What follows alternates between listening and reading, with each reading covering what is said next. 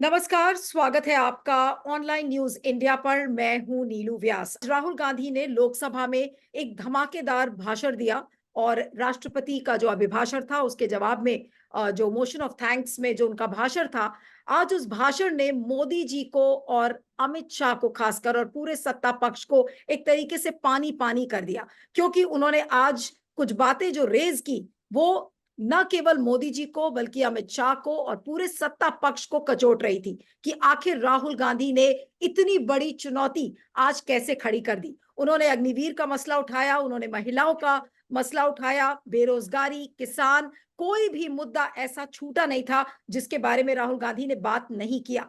लेकिन जो बात आज सबसे ज्यादा मोदी जी को कचोट गई वो थी हिंदू शब्द पर। जिस तरीके से राहुल गांधी ने कहा कि बीजेपी और आरएसएस हिंदूज के ठेकेदार नहीं हो सकते, हिंदुओं की राजनीति के ठेकेदार नहीं हो सकते।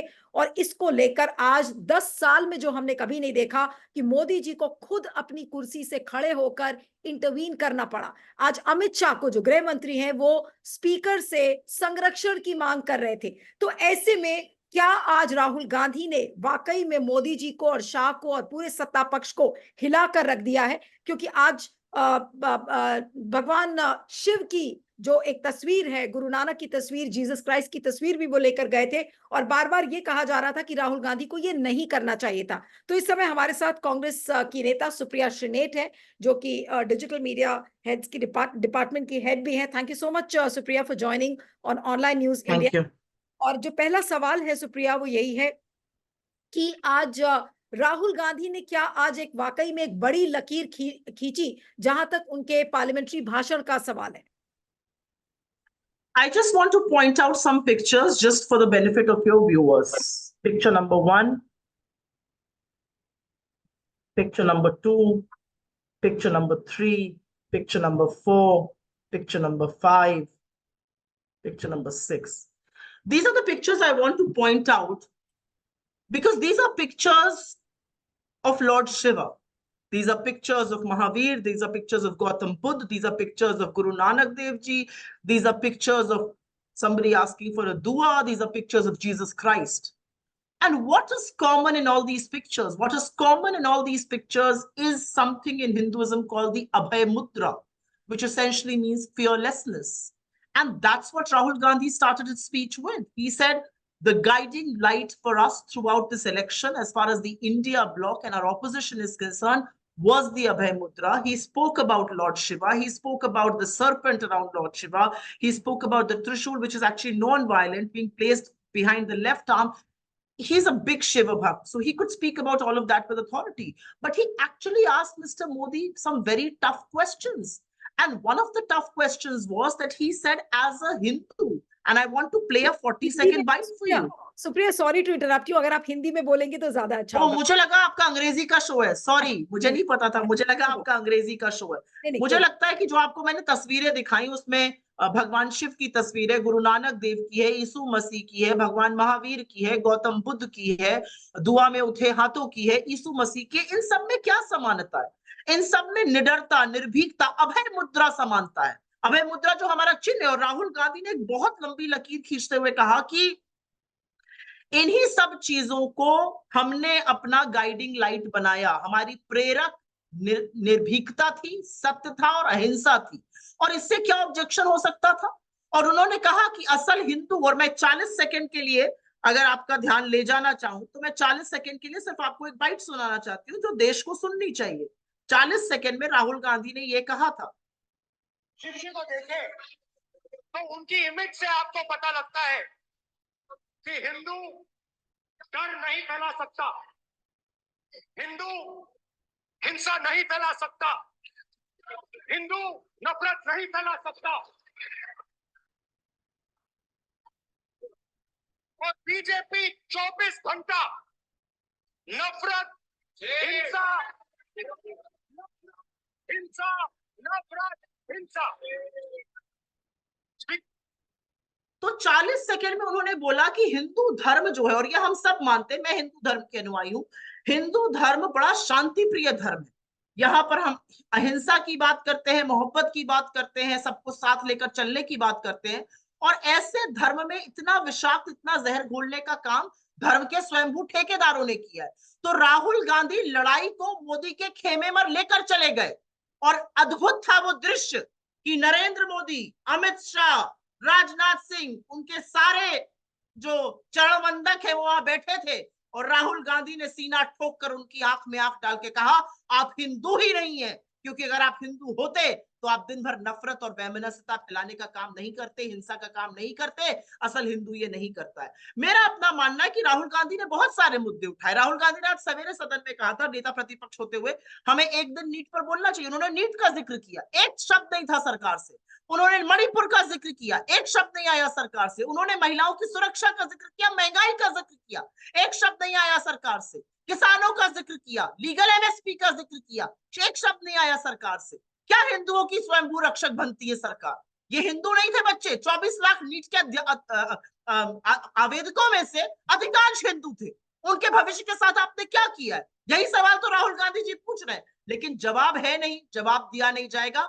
लेकिन जो आदमी 6 महीने पहले अपना सीना ठोक के कहता था एक अकेला सब पर भारी, और उसने चुनाव मैदान के दौरान पूछा था कौन राहुल, उसको समझ में आ गया वो राहुल जिस पर आपको, अमित शाह को, राजनाथ सिंह को, शिवराज सिंह चौहान को, भूपेंद्र यादव को, किरण रिजिजू को उठ उठकर बार बार बोलना पड़ा। लेकिन और सुप्रिया, राहुल गांधी ने आज, और मैं एक चीज बस बोलना चाहती हूँ नीलू जी, राहुल गांधी ने आज बहुत सारे सत्य और बहुत सारी चीजों की बकिया खोली। प्रधानमंत्री के स्वयंभू होने पर भी उन्होंने चटकारे लिए, लेकिन संसद टीवी जिस तरह से विपक्ष को कवर कर रहा है, संसद टीवी जैसे ही आप संविधान दिखाइए आपसे हट जाएगा, आप कुछ दिखाइए आपसे हट जाएगा। 142 बार राहुल गांधी के वक्तव्य में हमें ओम बिरला को क्यों दिखाया गया? आज सवाल इस बात का है, यही तो राहुल गांधी पूछ रहे थे। लेकिन सुप्रिया, आज जब बीजेपी जब हिंदूज की बात आज राहुल गांधी ने की, तो फिर बीजेपी तिलमिला उठी थी और बार बार अमित शाह को इंटरवीन करना पड़ा, किरण रिजिजू को इंटरवीन करना पड़ा।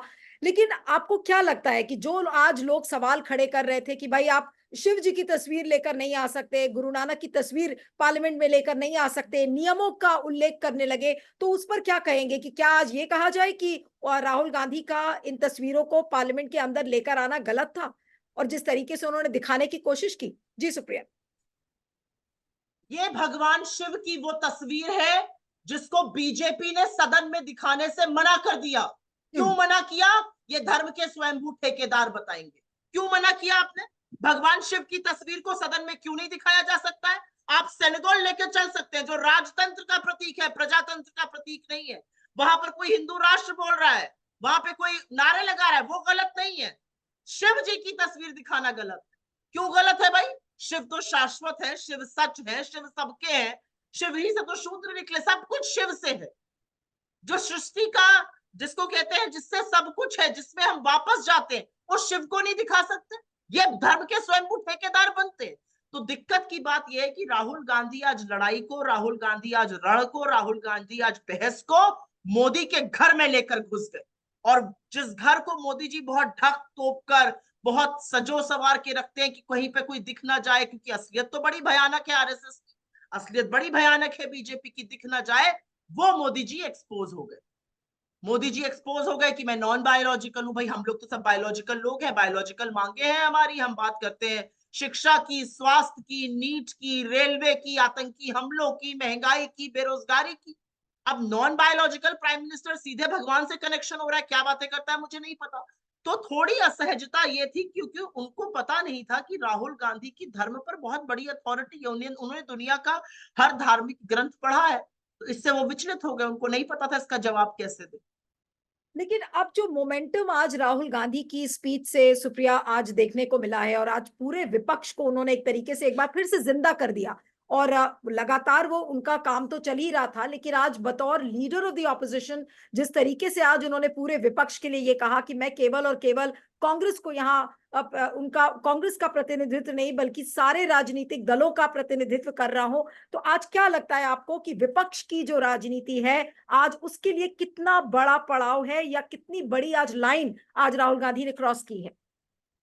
देखिए, जिस पद पर अब राहुल गांधी हैं, जिस उन्होंने नेता प्रतिपक्ष का जिम्मेदारी संभाली है, उस पद पर रहने की 2-4 जिम्मेदारियां हैं।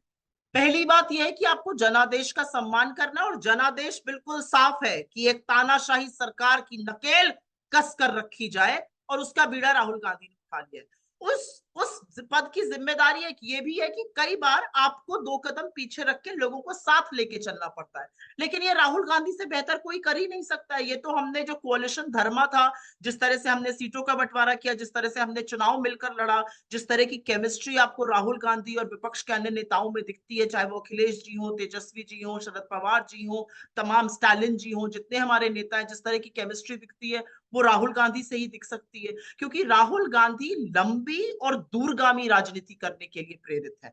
वो छोटे छोटे सत्ता की लोलुपता के लिए, सत्ता के स्वार्थ के लिए, सत्ता की लालच के लिए राजनीति नहीं करना चाहते हैं। वो राजनीति में एक सैद्धांतिक लड़ाई लड़ रहे हैं, इस संविधान को बचाने की लड़ाई लड़ रहे हैं, और इसमें वो बड़े दिल से राजनीति करना चाहते हैं। तो उनका ये कहना कि मैं सिर्फ कांग्रेस का नेता प्रतिपक्ष नहीं हूं, जबकि कांग्रेस सबसे बड़ी पार्टी है, करीब 100 सांसद है हमारे, पर ये कहना कि मुझे सबको मोहब्बत करनी है, सबको साथ में लेके चलना है, ये उनकी परिपक्वता दिखाता है। इसी परिपक्वता से तो परेशान है मोदी जी। आज खड़गे जी ने कहा, तो आप तो कहते थे कि कोalition सरकारें बड़ी खराब होती हैं, अब तो आपको भी चलानी पड़ रही है। आपके अहंकार का अंत तो इस देश की जनता ने कर दिया।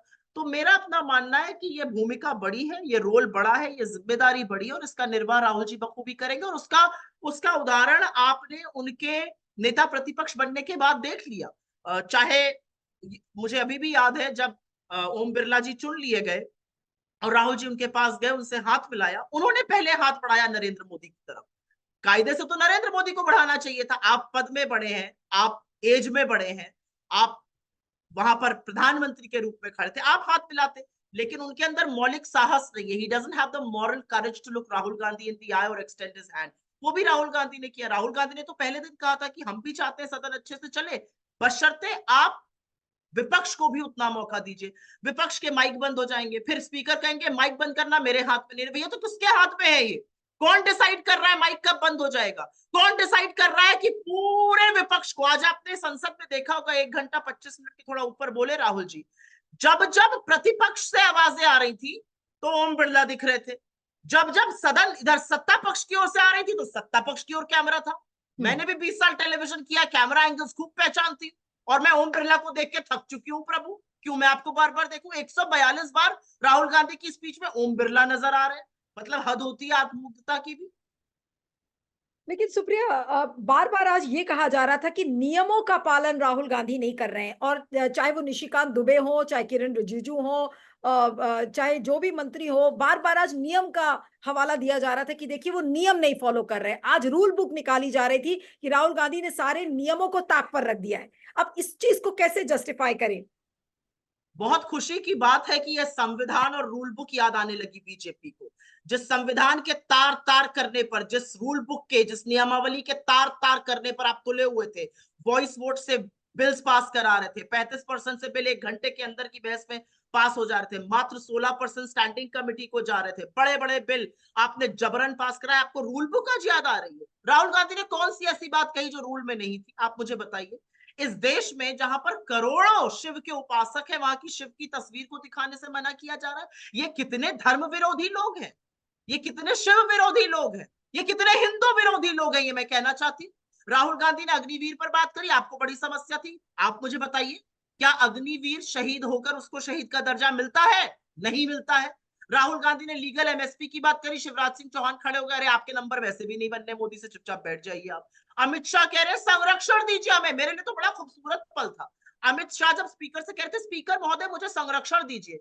यही संरक्षण देश और यही संरक्षण विपक्ष मांगता रहा जब आपकी हुकूमत चल रही थी और आप जबरन लोगों के माइक बंद कर करके 146 सांसदों को निलंबित करके कानून पास कर रहे थे। आज संरक्षण की बात करते हैं।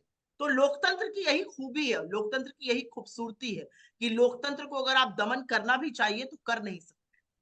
लेकिन सुप्रिया, आज कई लोग इस बात को कह रहे हैं, जो अंग्रेजी में फ्रेज है कि Modi ji has got the taste of his own medicine. तो जो दवाई वो विपक्ष को पिलाने की कोशिश कर रहे थे, आज कहीं ना कहीं उनको भी वो कड़वी दवाई पीनी पड़ रही है।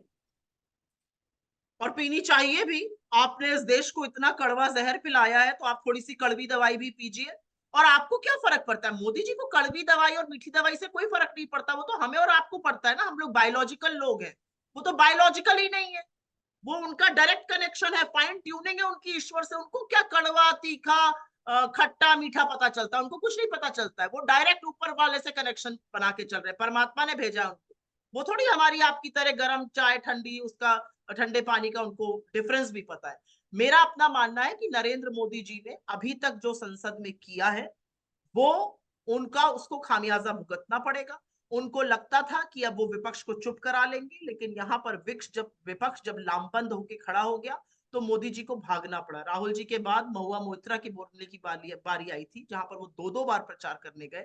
जिस सांसद को उन्होंने सदन से निकलवाया, और असलियत यह है कि वो सुन नहीं पाए और दौड़ के निकल गए पार्लियामेंट से।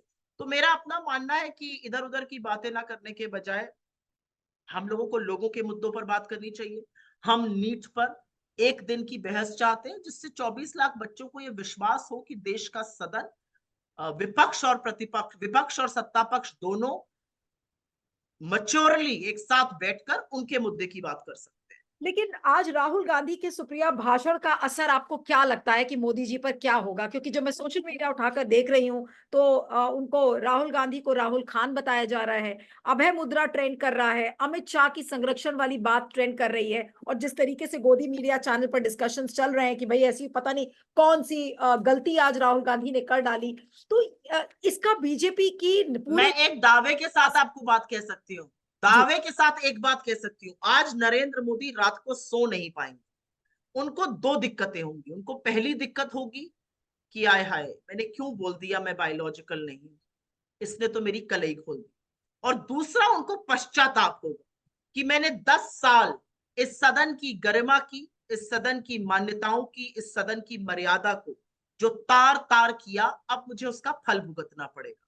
आपको रोज बेनकाब करेंगे, आपसे रोज सवाल पूछेंगे, आपके साथ मिलकर कदम से कदम मिलकर चलने को तैयार है।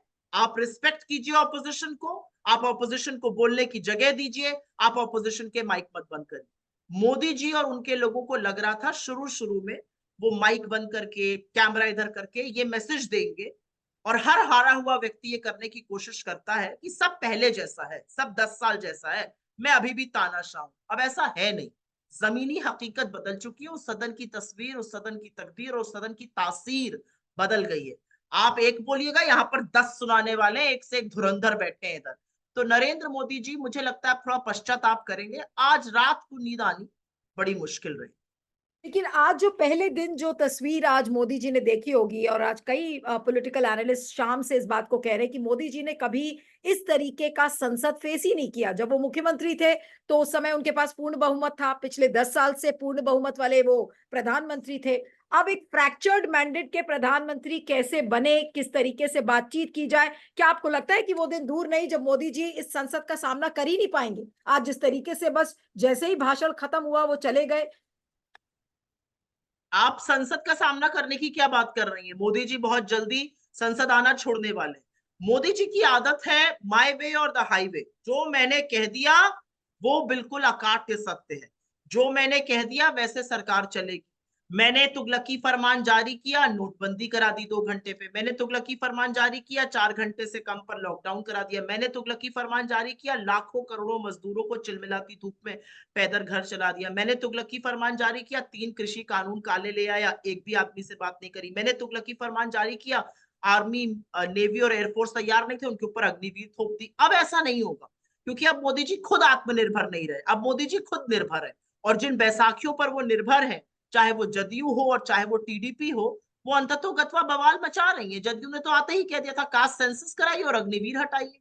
टीडीपी ने क्या कहा, पेगासस की जांच कराई, और ये भी साथ में कहा कि हम 4% मुसलमान आरक्षण देंगे। ये टीडीपी का कहना है। तो अब मैं पूछना चाहती हूँ, क्या नरेंद्र मोदी चंद्रबाबू नायडू को बुलाकर ये कहेंगे कि आप मुजरा कर रहे हैं? इसी शब्द का प्रयोग किया था इस देश के प्रधानमंत्री ने।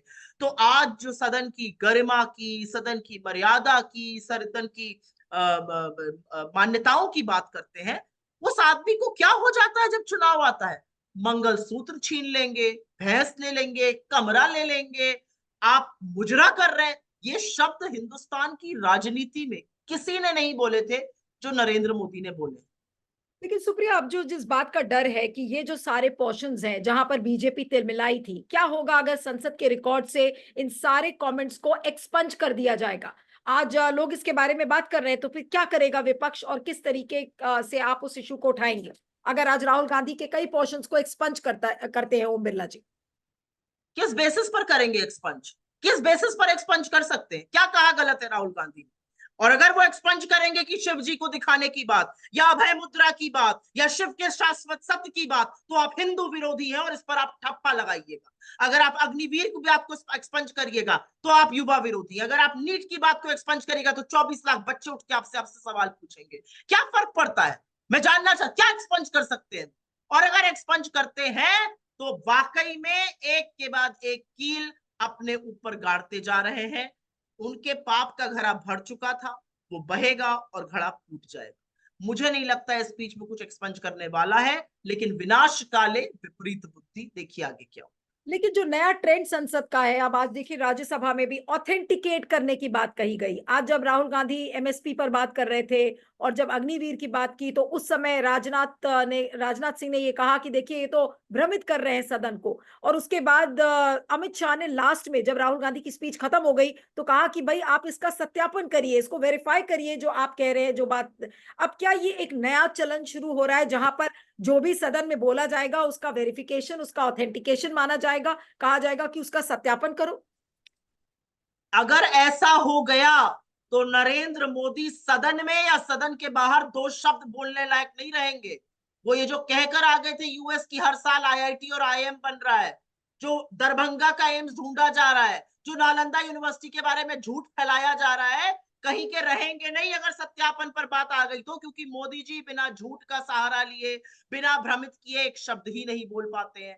मुझे ऐसा लगता है कि सदन की कुछ मांगे हैं, सदन की अपनी कुछ मान्यताएं हैं। आज का सबसे गंभीर मुद्दा पेपर लीक है और पेपर लीक पर हर व्यक्ति बहस चाहता है। राहुल गांधी ने उस बहस की बात करी है, वो बहस नरेंद्र मोदी को, उनके मंत्रियों को करनी चाहिए। एक जॉइंट हम संदेश देना चाहिए उन 24 लाख बच्चों को और तमाम प्रतियोगी परीक्षा में बैठने वाले बच्चों को कि हम आपके साथ खड़े हैं और हम आपको सुनिश्चित करेंगे कि पारदर्शिता से पेपर हो। वो ना करना इनका नैतिक दिवालियापन दिखाता है। मेरा अपना मानना है, हम मुद्दों की राजनीति करते हैं, आज भी कर रहे हैं, आगे भी करते रहेंगे। इनको दिक्कत क्या थी? अवधेश प्रसाद जी को जब देखते हैं मोदी जी तो थोड़ा सा उनका चेहरा उतर जाता है, जब भाजपाई देखते हैं तो थोड़ा सा खून सूख जाता है कि अरे जिस अयोध्या के नाम पर इतनी वैमनस्यता फैला दी, राजा राम, भगवान राम की अयोध्या ने तो उन्हीं को धकेल कर बाहर निकाल दिया। और सिर्फ अयोध्या नहीं, 10 ऐसी हिंदुस्तान में जगहों से जो श्री राम से संबंधित है, चाहे वो चित्रकूट हो, चाहे वो सीतापुर हो, चाहे वो रामटेक हो, चाहे वो रामेश्वरम हो, हर जगह से तो आपको निकाल फेंका भक्तों ने। जो असल हिंदू है, जो असल हिंदू देवती देवताओं के भक्त, उन्होंने निकाल फेंका। तो उनका खून सूखना, मुंह उतरना, मुंह लटकना वाजिब है। तो मुझे ऐसा लगता है कि ठीक है, ये सब चलता रहता है, लेकिन अगर सत्यापन होगा बहुत अच्छा है। हम तो सत्य के साथ बोलते हैं, हर चीज सत्यापित कर देंगे। नरेंद्र मोदी का क्या होगा, तेरा क्या होगा, ये वाली बात हो जाएगी।